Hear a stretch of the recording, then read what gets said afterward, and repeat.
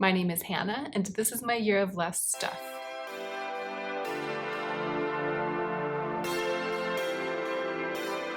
Hey y'all, it's time for another episode of What's Cheering Me Up Right Now? Yay! It's pretty straightforward. I'm just going to tell you what's cheering me up right now. This is what my favorites video has evolved into in these unprecedented times. And I have a good little list here. Almost all of them are like non-tangible things, like not things that you have to buy, kinds of entertainment, but in some cases, elements of style. And I'm excited to share my list with you. Let's go ahead and get into the meat of the video.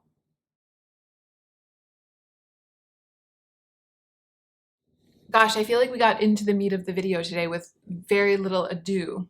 Not much ado about anything. Very little monkey business compared to usual. I feel like the video just started and we're already here in the meat. I'm gonna go through the list.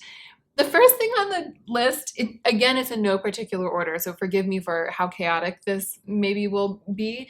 And the first one is like maybe the weirdest and most niche one of all, but it's cheered me up so much, and it's really been like the thing inside me that's been buoying me up so much so that it was the first thing I wrote when I started making this list, and then other things started spilling out, and then I felt like I had a long enough list to make a video. So I feel like I'm only even making this video because of Jan's Jukebox and its effect on my psyche. Jan is the name of one of the contestants from the current season of RuPaul's Drag Race, and you know, it's a reality show, so they filmed the whole season a while back, and as the episodes have been released, the queens have been at home.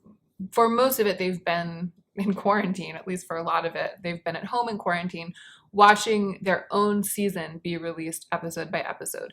But they've had time in between when the season was filmed and when it aired to kind of like prepare themselves to release their own media. So sometimes queens will like release music, or at the very least, they'll release imagery on their Instagram feeds that kind of correspond with what's going on as the show is releasing episode by episode. And Jan, this one contestant, is a singer, not just a lip syncer, as a lot of drag queens are. A lot of drag queens just lip sync, but they don't actually sing. Jan actually sings and has a pretty stunning voice. So what she decided to do was to recreate or create her own version of a music video for each song that's featured in each episode of RuPaul's Drag Race as the lip sync song. Each episode, a song is featured as the lip sync song, and there's this scene of two queens lip syncing to the song together on stage, each trying to do better than the other one so that she will be chosen to stay. So every week as the episode has aired, Jan on her YouTube channel, Jan's Jukebox, has released a cover of that song, the featured song, and a music video of some kind that she's made to go along with her cover. So she's singing, and she's also starring in the music videos, and some of them are very high production. She clearly has been getting her S together for this for a long time, like since she got back from Drag Race.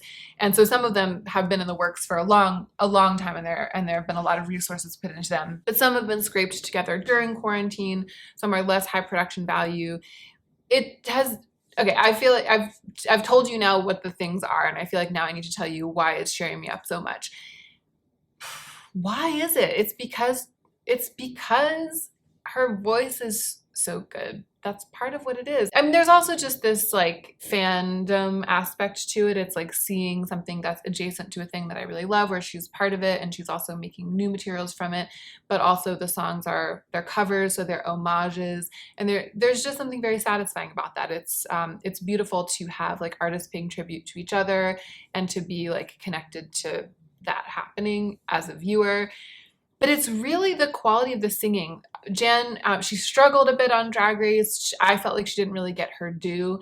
And she's just one of those people in her case, it's when she opens her mouth to sing. But I feel like for me, my experience as a consumer of arts across all genres is that when somebody is really amazing at an art form, especially a performative form, and that person is just, I feel destined, like put on this earth to do that thing and to be a conduit for whatever it is that's magical or kind of world changing in our universe, to be a conduit for that, to bring more of that, or to be like a focus for it, so a lens for it, like the way that you can use a magnifying lens to focus a beam of sun to make to burn a hole in something, right? I feel like there are people who are that, they're here to do that, to like focus energy to burn a hole.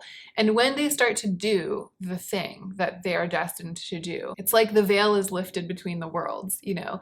And it's hard to find that. And I do find that too, you know, it'll be like a certain piece of art or certain artist will be hitting that note for me for some time, but then I'll go back to it and it won't be. It's not like one person is just a piece of magic now and forever. It triangulates with me and my timeline and that person and theirs and the work that they've created.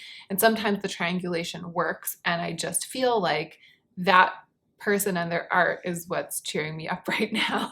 I mean, cheering me up right now is like kind of an understatement. Have I explained why I love Jan's Jukebox so much? I don't know, but I'm going to link down below her cover of Robyn's song, Call Your Girlfriend. She did the cover, and the song is really great. And Robyn is already one of those magical people to begin with, one of those, like, I feel like truly destined vessels for greatness. Like, she's just magic. And so the song is incredible to begin with. And the original music video, shot all in one take, was really, really amazing. This super weird dancing. I went back and watched Robyn's original video for Call Your Girlfriend. I was scrolling through the comments, and there's a moment when she's like doing her weird dancing and singing, and it's in an open warehouse alone. She rolls backwards onto the floor, and then she kind of like, she humps the floor basically.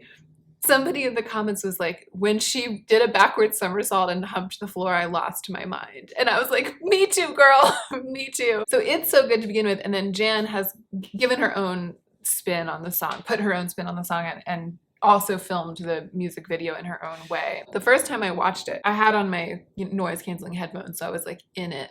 It starts and the camera pans up from her feet, and then she looks right into the camera and she opens her mouth and starts singing Call Your Girlfriend, you know, if you know the song by Robyn. If you don't, I'll just let you watch it. At a higher register, I think, than I even expected Jan to sing, even though she has a really high, I think she probably has an alto voice. I have watched it every day, sometimes multiple times a day for like the past week. And I get a chill, a physical chill every time. And I'm sure that if I watch it too many more times in this short period of time, that'll stop happening. Like, it'll wear out for me, but it hasn't worn out yet. And it has really, really been cheering me up. Phew, okay, we got through the first one. The second one is a TV show, also starring drag queens. This one will be a much quicker recommend, but it's the show We're Here. So it's kind of like a grittier and drag queen oriented version of Queer Eye. It's 3 drag queens, Eureka, Shangela, and Bob the Drag Queen, visiting small towns in America and putting people who want to be put into drag for reasons that have bearing on their personal lives. So it's people who feel like they could use the power of drag. Oh, what has RuPaul been saying on the other great drag show, which is RuPaul's Secret Celebrity Drag Race, which I thought was going to be dumb, but it is not dumb, and I highly recommend it. That drag doesn't change who you are, but it reveals who you are. So basically, these 3 drag queens are finding people in small towns who feel like they need the power of drag to reveal who they are, to kind of like get off the plateau that they're on and start climbing to the next phase of their lives. Gosh, I heard, I was listening to the podcast that I've already recommended in one of these, Emily and Kumail's Staying In, and Emily was saying that she feels like this show doesn't sanitize the racism and homophobia of small town America the way that Queer Eye does a little bit, and I kind of agree with that. It's a little bit hard to watch in some places, but I feel like the rewards are greater for that honesty. So highly recommend We're Here, and it's just been really cheering me up. This isn't a recommendations video. I mean, it is kind of, but I'm framing it as trying to deliver you the short list of things that have genuinely been cheering me up. We almost always watch a show around dinner time or half of a show, and I don't watch much more television than that. And there are long stretches of time when I watch a show because it's kind of our ritual, and Joe really loves to, but I don't love anything that we have to watch. So we'll watch things just because they're there, and I'll be like, okay, it's like our dinner time show. When there's a show that comes along that like, when Drag Race airs, when I get to watch it, I'm so excited that it's Drag Race night, because I'm not just watching it because that's what we do at that time of night. I'm watching it because I really love the show. And it just doesn't happen that often. There aren't enough shows that I feel that way about for me to feel that way every time we sit down to watch a show. And I feel that way about We're Here. So we're watching it now. We're in the middle of the season, and we're watching half of an episode every night. Every night I'm like, oh my gosh, we get to watch more We're Here. And I love it so much. And that has really been helping me out in here. I also put RuPaul's Secret Celebrity Drag Race on the list, but I feel like we're halfway into the video and all I've talked about is drag queens. So I'll just say in passing that if you're a Drag Race fan, or even if you've always been kind of curious about it, but you for some reason have been wary of RuPaul's Secret Celebrity Drag Race, don't be. I almost feel like We're Here and RuPaul's Secret Celebrity Drag Race might in some ways be easier entries into the world of drag, or at least like the current televised experience of drag, than Drag Race itself. So if for some reason you haven't wanted to watch Drag Race, even though I keep going on and on about it, try We're Here. Okay, here's another super weird out of the blue one that's like music. For some reason, I mean, I love music, but I feel like my relationship to music, maybe because I've been working so much on writing, and I don't want to be like jamming out to something when I'm working on writing. So I've been listening to much more ambient stuff, which I did talk about in the last video about things that have been cheering me up, but I'm also going to get to something similar to that in a moment. My relationship with music used to be, I feel like, much more dynamic and passionate. I would be like listening to albums and really getting into the songs and listening to songs over and over again. And just for these past couple of years of my adulthood, it hasn't really been like that. But I woke up the other day and I had a song from an album of my childhood in my head. And the album is by Emmylou Harris, who's a folk singer. I believe that the album was released in 1990. It's an album of duets. So it's just called Emmylou Harris Duets, and it's on Spotify. I'll link it down below. Sorry, I had to turn off the camera right there, just in the middle of a sentence. But I was talking about Emmylou Harris. She is an icon. She has this haunting voice, like almost like a ghostly voice, but it's very rich. It's not sort of thin or tinny or wispy like you would think of a ghostly voice. It's just very, very unique, really has its own character, her voice. And I also love the music that she writes. I grew up listening to her. I grew up listening to a lot of folk music, and I know a lot of her albums really well. But this album, Duets, we had a cassette tape of it, my family, when we lived overseas, when I was between the ages of 8 and 11 years old in the mid-90s. And it's funny, I think that we maybe had like 8 or 9 cassette tapes that I think my parents had brought with us. Like they were like, let's take these tapes and we'll have some of our music to listen to when we're in the Middle East. And so we had like some of them were the Beatles. We had one Bruce Coburn, I think, Paul Simon, a couple of them, Graceland. We definitely had a tape of Graceland. We also had a Sade tape, which was like amazing. I mean, like truly iconic. I really wish that I had a picture of just like the little box that we had these like 10 tapes in. But one of them was Emmylou Harris Duets. So we listened to that album on repeat, I mean, for these entire 3 years of my childhood. And I know all the songs like the back of my hand, and I haven't listened to it for years. And I woke up the other morning and I had the first song in my head. It's just like really fast-paced duet. I was like singing it all morning, and then I was just like, I want to listen to it. So I looked it up on Spotify, I put it on, and it just was great. So I specifically put on my list that Emmylou Harris duets have been cheering me up, because I have continued to listen to it a little bit. But I think that the translatable message is that music from your long ago childhood, or albums that you once like knew like the back of your hand, but that you haven't listened to for a long time. I'm kind of a person who tends to resist those things. I don't like to go backwards. I actually don't really like the feeling of nostalgia. It upsets me sometimes. I feel like I want to look forward, and I also want to be in the now, and I want to be like building towards something. I don't really like wallowing. And I feel often as though nostalgia will have me wallowing either in like a kind of wistfulness about what has passed, or discomfort with something that I lived through, like a not wanting to go back and like be in the body that I was in then, or like be the person that I was then. So I tend not to be someone who's like, yeah, let's dig out that old album that we used to listen to all the time and listen to it, because I'm afraid of what it will like awaken within me. But for some reason, these circumstances of being in quarantine have made me less averse to that. And even though listening to this album did bring up memories and sort of like forge a stronger connection for the moment between my current self and my past self, it was almost like I was not even just okay with it, but kind of like hungry for it in some way. I haven't thought this through in advance of this video, so I'm gonna have to just leave it there rather than taking it like the extra step or two in terms of philosophy like I usually do with things like this. But let me know what you think in the comments below. Have you had any experiences like this? Okay, opposite of Emmylou Harris duets, I've been listening still to the like ambient music that I talked about in the other video for working. So if you didn't see the other one for some reason, why? Why didn't you see it?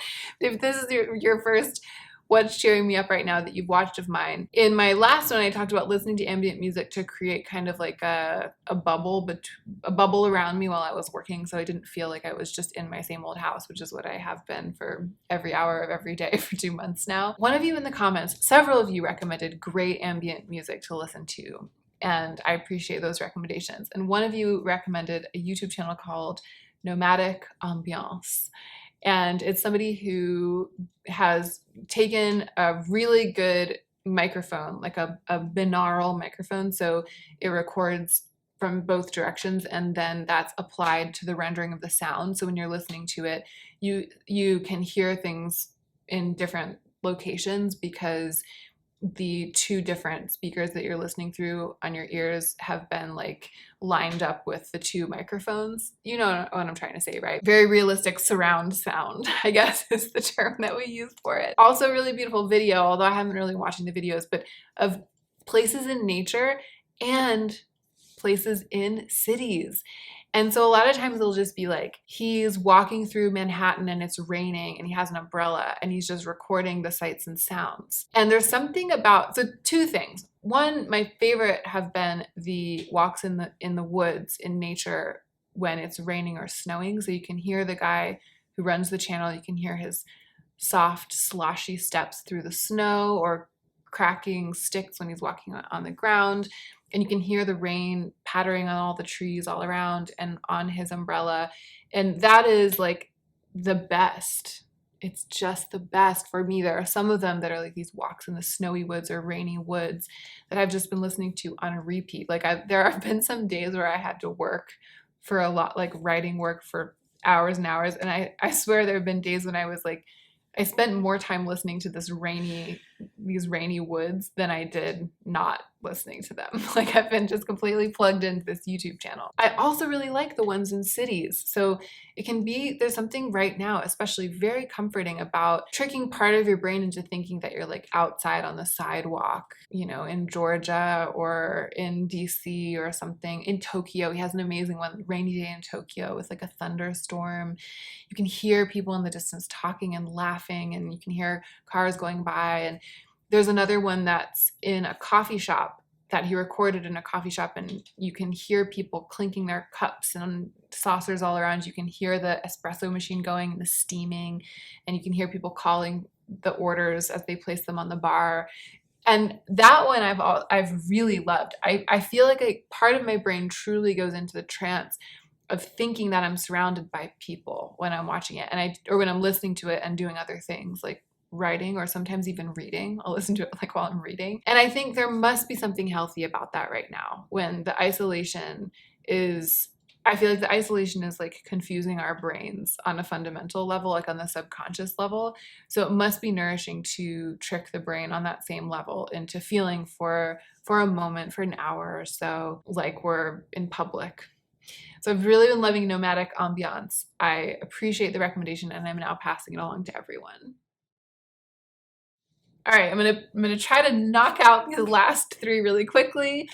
I cannot not give, like, I think the third shout out across three videos of this type to Sarah Caldwell, because I finally read them. Like in the first one, I just had bought them, and the second one I had just started reading them, and now I've read the first three and I'm on to the fourth one. So Thus Was Adonis Murdered, The Shortest Way to Hades, The Siren Sings of Murder, and the fourth one is over on the bed, but I'm in the middle of it. They're so good, you guys. They're so funny. They're so good. The language, everything. I'm going to stop going on about it because you guys are like, we already know. We've already looked it up. Every one of you who is going to try them out has already bought them. So I'm like, I just couldn't not. And it's because, again, I'm trying to stay true to the premise of this video. And this is what has been cheering me up for the past couple of weeks. Every time I felt like I just needed a break from my brain and a break from the drudgery, I've just sat down and read a chapter or two and I've been cheered right up. So this was a smash hit success for me. My sister sent me a recipe for Gochujang chicken and it was amazing. I'm going to put it down below. It was amazing because it was a recipe for a whole chicken, which I love.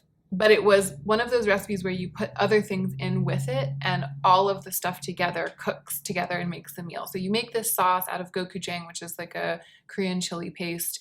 You mix it with a bunch of other things and you smear it all over the chicken and all over a bunch of little potatoes. And then you put all of the potatoes into a big pan and some garlic that it's like the whole head of garlic. You just chopped it in half to expose the cloves and like a little flour pattern. You stuff some of them inside the chicken and you put some of them under the chicken and you cover all of that with the sauce too. And then it all bakes at a very low temperature, I think 300 degrees in the oven for like 3 hours, which I hadn't ever done with a chicken. I've done that with other kinds of meat, with like red meat, but I had never slow cooked a chicken in the oven. And it was so juicy. It was so good. I was worried it was going to get dried out in there because I was like, oh my gosh, that chicken's been in there for like 3 hours. How can it not just have been shriveled up to a little crisp?